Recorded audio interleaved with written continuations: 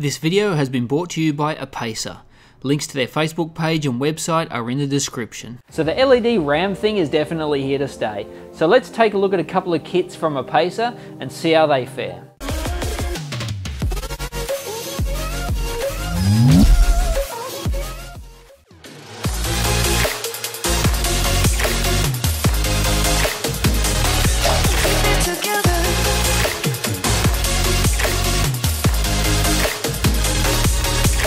So here we have two of Apacer's top tier kits of DDR4, their Bladefire and Panther Rage.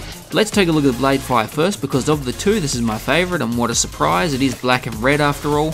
What we've got here is a 32GB kit, so 4 8GB sticks of 3000 MHz DDR4. There are a number of different kits and capacities in the Bladefire range, so I'll list them on screen now. I also featured this RAM in my RYZEN build log, so if you want to check that out, I'll leave a few links in the description.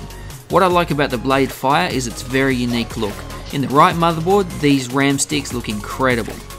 Now the first thing I thought when I saw them was that they reminded me of the old G-Skill Sniper RAM with the shaped heat spreader, but Apacer have an even more similar product, their Commando DDR4, so if you like the snipers, you'll probably like the Commandos. As far as the lighting on the Bladefire RAM goes, it has red LEDs, so yes, there's no RGB here.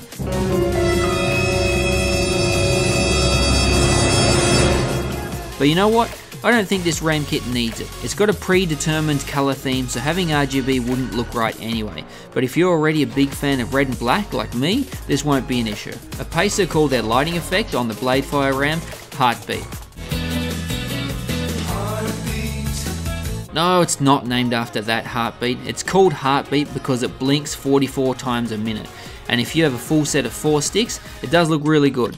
It's worth noting that you can't actually change the lighting effect on the RAM either. Okay, now let's take a look at Apacer's newest RAM, their Panther Rage DDR4.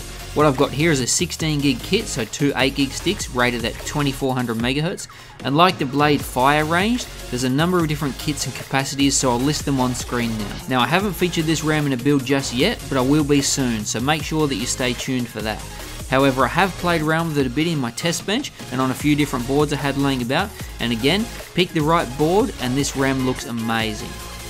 It has a completely different style to the Bladefire, but it's still quite striking and it's nice to have some variety. I haven't seen too many other RAM kits that have the same styling as this, so perhaps this is the kit you've been waiting for. The lighting on the Panther Rage has white LEDs which shine through a clear plastic top, and yes, there's still no RGB here. Oh shush. Where this does differ though, is the overall aesthetic of this RAM could benefit from RGB. The black and silver heat spreader would look good against any colour.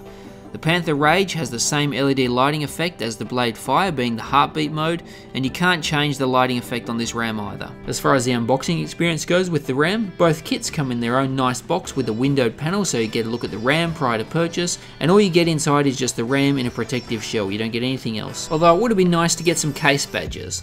As far as using the memory goes, well, it performed exactly as I expected.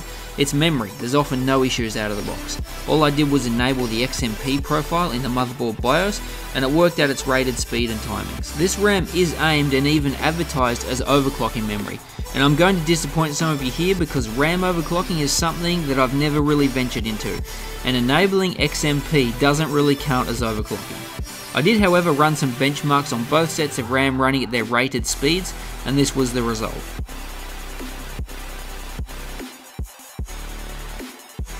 So there you go guys, there's a quick look at a couple of Apacer's top end DDR4 LED RAM kits. As far as availability goes here in Australia at the moment, they can be a little tricky to find, and to be honest, you may have to look at other avenues. You may have to look overseas to get some, but that does come with its own sort of risk and rewards. So just keep that in mind. Hopefully as time goes on, we get a few more stockists and suppliers here in Australia that are going to sell Apacer's RAM kits, because they're really unique and they actually look really good and they perform really nicely as well. So hopefully we can start to see Apacer's RAM more readily available here in Australia. So a huge thank you to Apacer for sending the RAM kits over for me to have a look at. This actually goes back a little while. Apacer did send me the Bladefire RAM for my RYZEN build log, so if you haven't seen that, it will be worth checking that out. It's a 3-part sort of build log series that I'll leave some links in the description. You can go back and check it out. And the Panther Rage is due to be featured in an upcoming build with Tech Playground, another channel that a buddy of mine runs. So that'll look nice in the Thermaltake View 31. So a huge thank you to Apacer for sending the kits over for me to have a bit of a play with, and to give you guys a bit of a tour and see what they look like and how they function. And if you haven't already, please subscribe. Put any comments in the section below, and if you like the video, give it a thumbs up, and I'll catch you guys in the next one. See ya.